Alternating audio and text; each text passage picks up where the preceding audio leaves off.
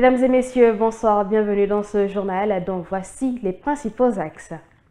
Le mode de fonctionnement de la Cour de répression des infractions économiques et financières a été expliqué en conférence de presse la semaine dernière par le procureur spécial après la CRIEF. Selon Ali Touré, l'institution judiciaire n'est pas une juridiction d'exception, mais plutôt une juridiction spécialisée. Et puis, pêche illégale en Guinée, quels sont les dispositifs mis en place pour traquer les pêcheurs indésirables? Vous allez le découvrir dans ce journal au Centre national de surveillance des pêches de Guinée. Plusieurs mécanismes sont effectués afin de lutter contre des individus qui exercent illégalement leur activité sur l'espace maritime guinéen. C'est tout pour le sommaire. La Cour de répression des infractions économiques et financières n'est pas une juridiction d'exception, mais plutôt une juridiction spécialisée. C'est l'information donnée par le procureur spécial Ali Touré lors de sa dernière conférence de presse animée à Conakry. Cela est une manière de permettre d'éclairer la nuance de ceux qui se posent la question. On se bat le balde pour en savoir davantage. C'est à la suite des actes de création suivis de 2 ordonnances datant de 2021 que la Cour de répression des infractions économiques et financières a été mise en place. Ces différentes ordonnances ont fixé les attributions et le mode de fonctionnement de la CRIEF. Dans son domaine de compétence, il est clairement indiqué les cas qui reviennent à la CRIEF selon le procureur spécial Ali Touré. Donc, c'est les infractions en matière économique et financière, toutes les infractions de détournement de deniers publics dont l'État est victime, les infractions relatives aux atteintes graves et massives à la santé publique, les atteintes à l'environnement et toutes les infractions contenues dans le code OHADA relatif au groupement d'intérêt économique. La CRIEF se met en action dans une affaire lorsque la valeur des biens en jeu est égale ou supérieure à 1 milliard de francs guinéens. Mais comment fonctionne la Cour de répression des infractions économiques et financières? Dans son fonctionnement, la CRIEF a 3 grands services. Vous avez le siège qui est composé de juges, vous avez le greffe et vous avez le parquet. Le siège, il est présidé par le président de la CRIEF, le président de la Cour de répression des infractions économiques et financières. À la différence des autres juridictions, la CRIEF n'a pas besoin de la levée de l'immunité pour une catégorie de personnes pour être jugées, comme les avocats, les députés, entre autres. Au niveau de la CRIEF, lorsqu'un individu, qui qu'il soit, est reproché d'une infraction relevant de la compétence de la CRIEF, on n'a pas besoin de préalable de levée d'immunité, on n'a pas besoin de mettre en place une procédure spécifique pour les poursuivre. Nous poursuivons comme si nous poursuivions des personnes ordinaires pour des infractions ordinaires.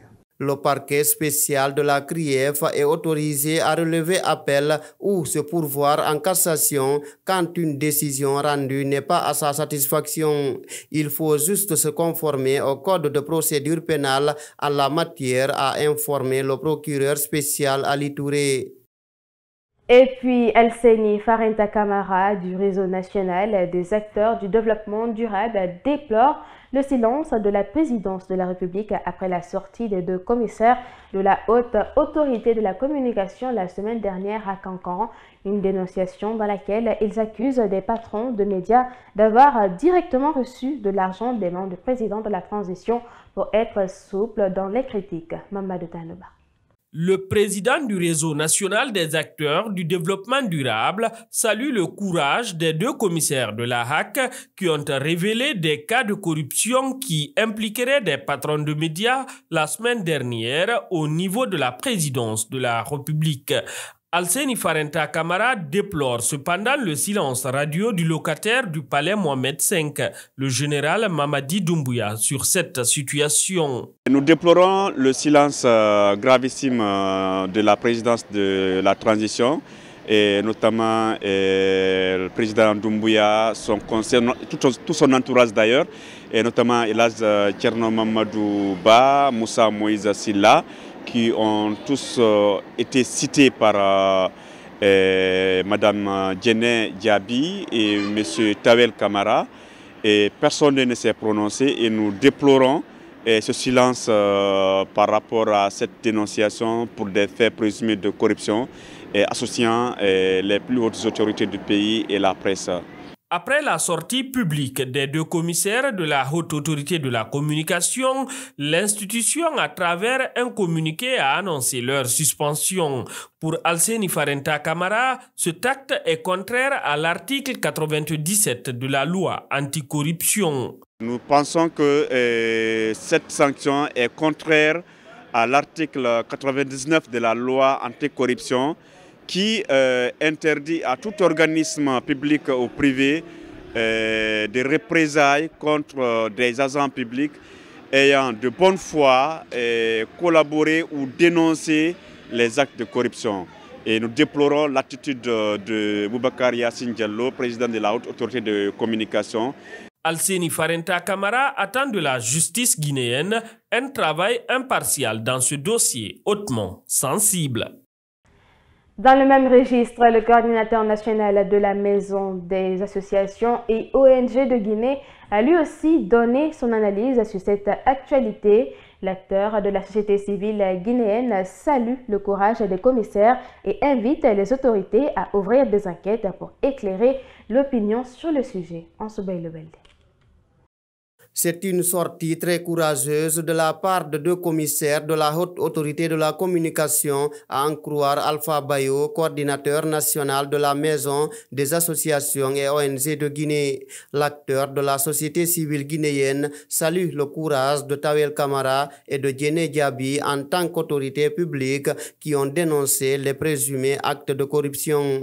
En tout cas, qu'une autorité, c'est-à-dire parce que les commissaires, pour moi, c'est des autorités, qu'une autorité puisse faire une communication officielle et assumer, je pense que ça a été vraiment de l'audace pour ces commissaires de la HAC.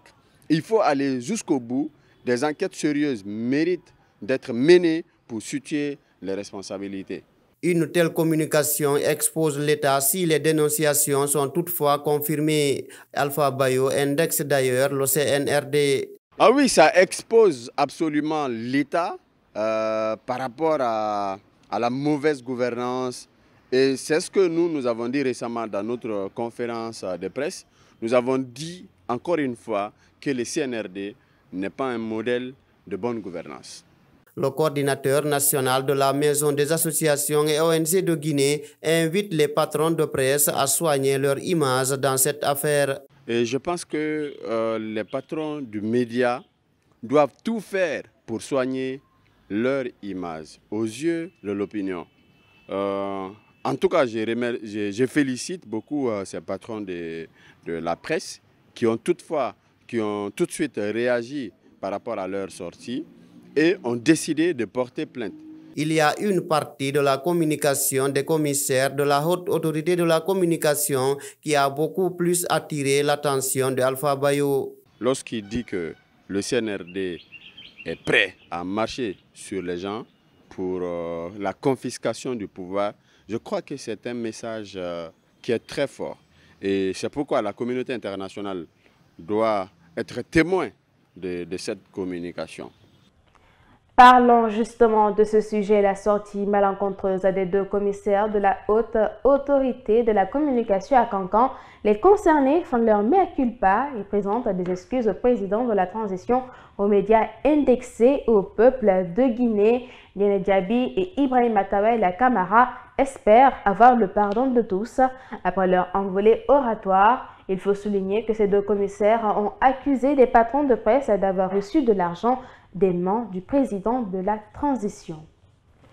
Sur un autre plan, quels sont les jours fériés déclarés chômés et payés en Guinée? La loi reconnaît 12 au total.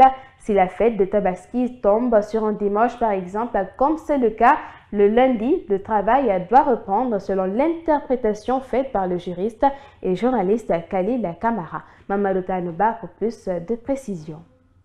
Les jours fériés légalement reconnus par l'État sont au nombre de 12 durant l'année.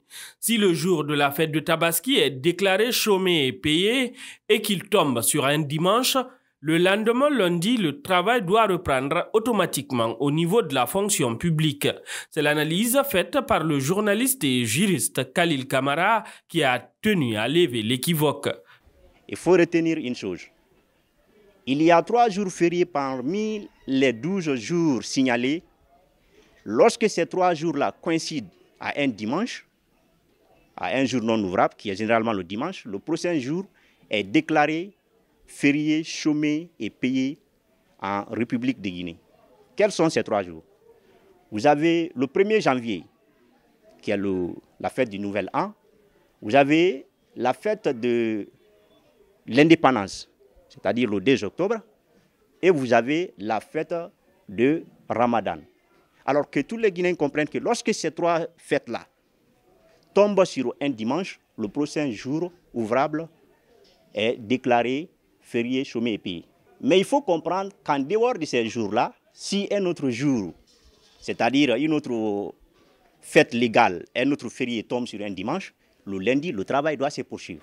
C'est donc clair, la fête de Tabaski ne fait pas partie des 3 jours exceptionnellement prévus par la loi s'il coïncide à un jour non ouvrable, souligne Khalil Kamara. La fête de Tabaski ne fait pas partie des 3 jours exceptionnellement prévus par la loi qui, quand il coïncide à un jour non ouvrable, qui est généralement le dimanche, le prochain jour ouvrable est férié. Non.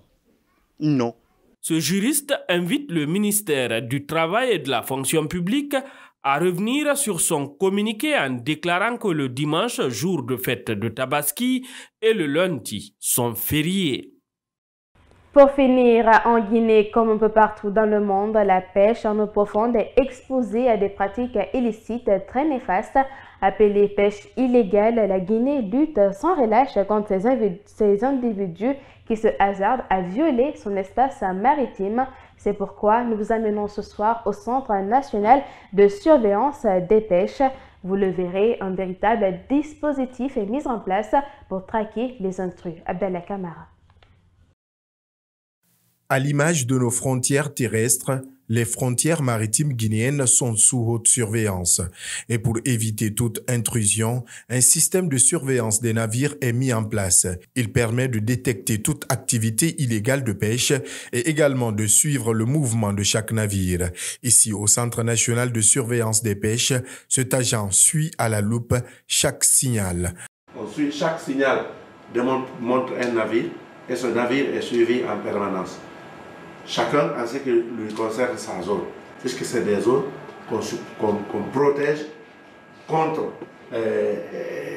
l'activité de ces navires qui peuvent être aussi destructifs à un certain niveau quand il y a moins de profondeur, quand c'est à l'intérieur de la limite où les bateaux et les poissons se reproduisent. En cas d'intrusion des navires sur les eaux guinéennes ou la présence des navires en zone interdite, les agents sont automatiquement alertés via une radio. Les coordonnées sont prises et le navire est immobilisé. Écho du 5, oui. 420, oui. Ok, message bien reçu. Au-delà de la pêche illicite, les espaces maritimes sont la porte d'entrée pour beaucoup de trafic. Le gouvernement guinéen met donc tous les moyens à l'actif des services compétents, cela pour la sécurité de notre espace maritime.